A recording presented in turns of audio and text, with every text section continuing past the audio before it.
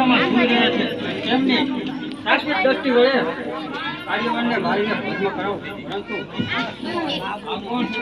લાવ મારું હા બ્રો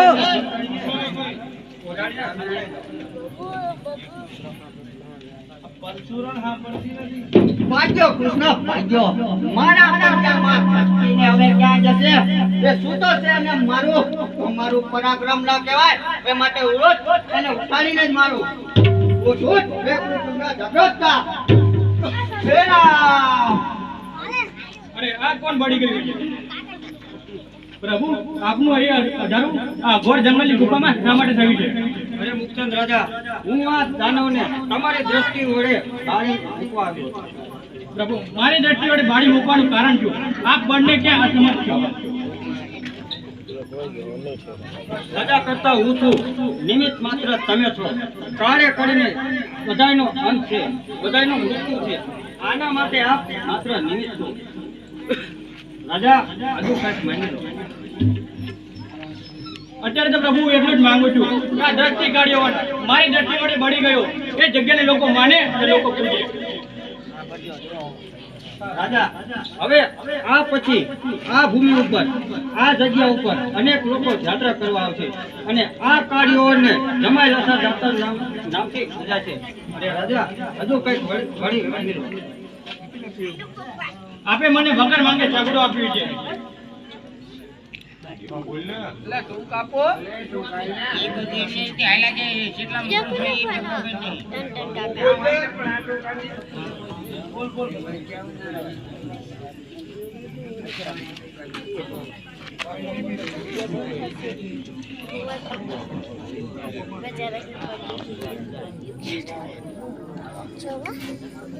બોલો મને આવતું છે બેનો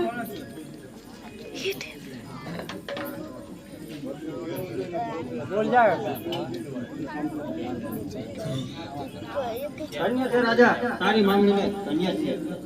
હવે પછીનો તમારો અવતાર સિંહનો હશે અને એ છૂટતા ત્રીજો અવતાર તમારો જૂનાગઢમાં નરસિંહ મહેતાનો થશે અને તમે ત્યાં મારી ખૂબ જ ભક્તિ કરશો અને તમારું નામ પ્રસિદ્ધ થશે. જય હો યશોદાના લાલ શ્રી કૃષ્ણ જય હો. પાપી કાર્યો નતો તેના રસ્તે મોકલી દીધો. હવે લાવ જણાસમને પણ મોટા કરણને પણ મોટાભાઈ બલરામના હાથે નટના પંથે પહોંચાડો.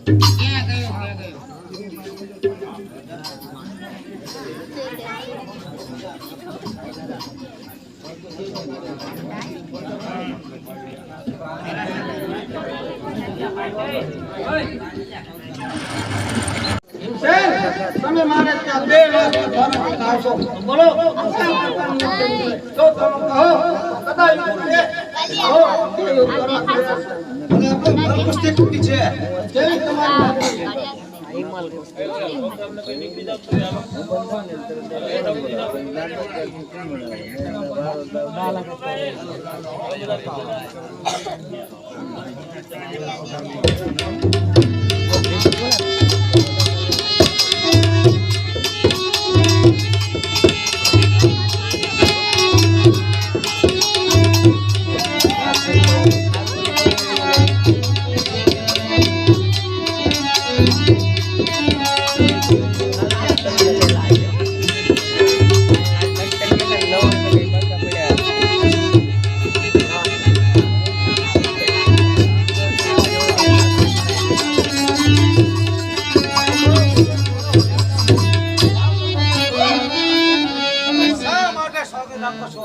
શું તમારો કરીને મને મરાવી નાખવાનો છે?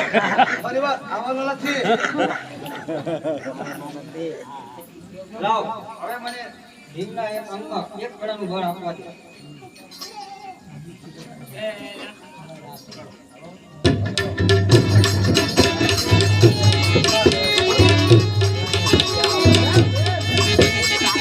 કેમ ધીરું ભીમસેન તમે તો ભાગી ગયા હતા ને?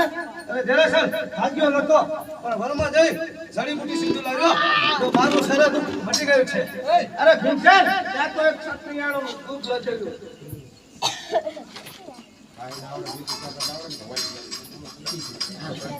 બોલો કહો તો બધા યુદ્ધ કર્યા અને કહો તો મલકુસ્તી કરી. બધા યુદ્ધ કર્યું છે. લાવે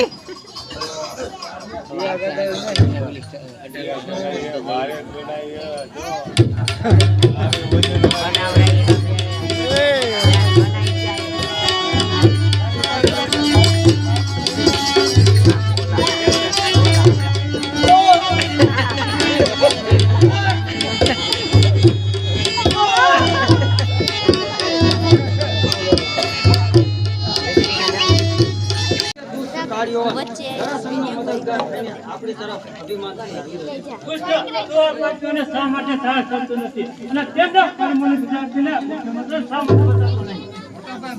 અરે મોટા ભાઈ, મૃત્યુ સર્વ માટે નિર્માણ કરેલું હોય છે. કારણ કે કાળયૌવન તથા જરાસંઘને આપણે મારી શકીએ નહીં.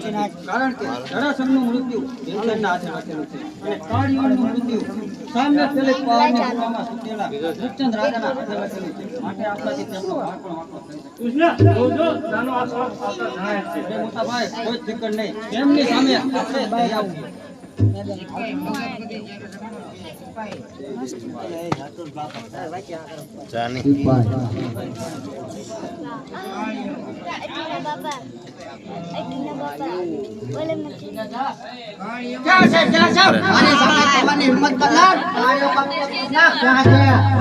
હાજર છે.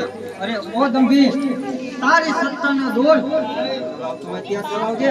આ તારા અધિકારના દોર અજમાવજે. કૃષ્ણ સામે ઉલટા મત કરે છે. જી શકે ના નહીં રહે. કવાડા ઉપાડો છો તમો, કવાડા ઉપાડો છો તમો. તો હજુ જોયા નથી. મળા દબાવી આપો. નથી બજાવ્યા તાર વીણાના અને નથી બજાવ્યા તાર વીણાના. આ રણબંક આજુબાજુ છે. અસુરોને મારવા મારા બસ બિહારી જાન લશ્કરી અમારા સાથીઓ માટે પર્યાંગા તમારા નાશ માટે ચટપટ કરે ચિંતા રહેશો નહીં. આ કાલે વાંચો તમે બચશો નહીં. તારની સોબતમાં એ સત્તાને સોબતમાં એ આંખો થઈ છે તારી બંધ. એ પાપી વિચારો હૃદયથી એ બાંગડા થાય છે બંધ. એ નિર્લજ્જ ઇજ્જત ગુમાવી એ કામ થાય છે. અને એ જ પાપના અંજામનો આ બદલો હવે લેવાય છે. કરશે તો ઉદાહરણમાં આપો તમારી ઉડી જશે. આ કૃષ્ણના ઉદાહરણમાં કોઈ માણસ બસ અમારા બકવાસો બંધ કરો. તમારી શબ્દોની જાણમાં ફસાયેલા કાલેવા નાનો છોકરો નથી. માટે વધુ ના બોલતા. હાથમાં ધ્યાન ધારણ કરો. ચાલ હોશિયાર.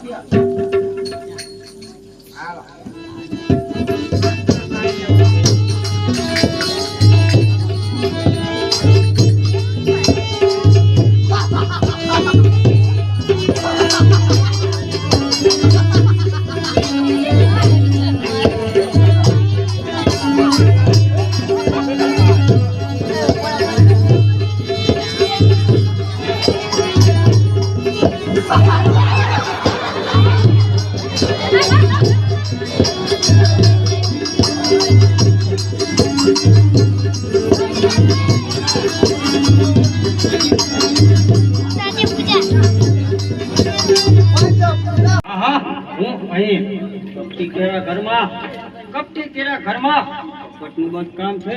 કપટને સારનારો સબર આ ઘનશ્યામ છે. અરે જરાસંઘ, તું ખૂબ જ ખુશ હતો, ખૂબ જ મલકાતો હતો અને આ નિર્દોષ સુમન બાળાનો હાથ તું તારા પાપી કુંવર કરણના હાથમાં સુપ્રીત કરતો હતો. પરંતુ તારી આંખમાં ધૂળ નાખીને એ સુમન બાળાનો હાથ હું તારા નાના પુત્ર સહદેવના હાથમાં સુપ્રીત કરું છું.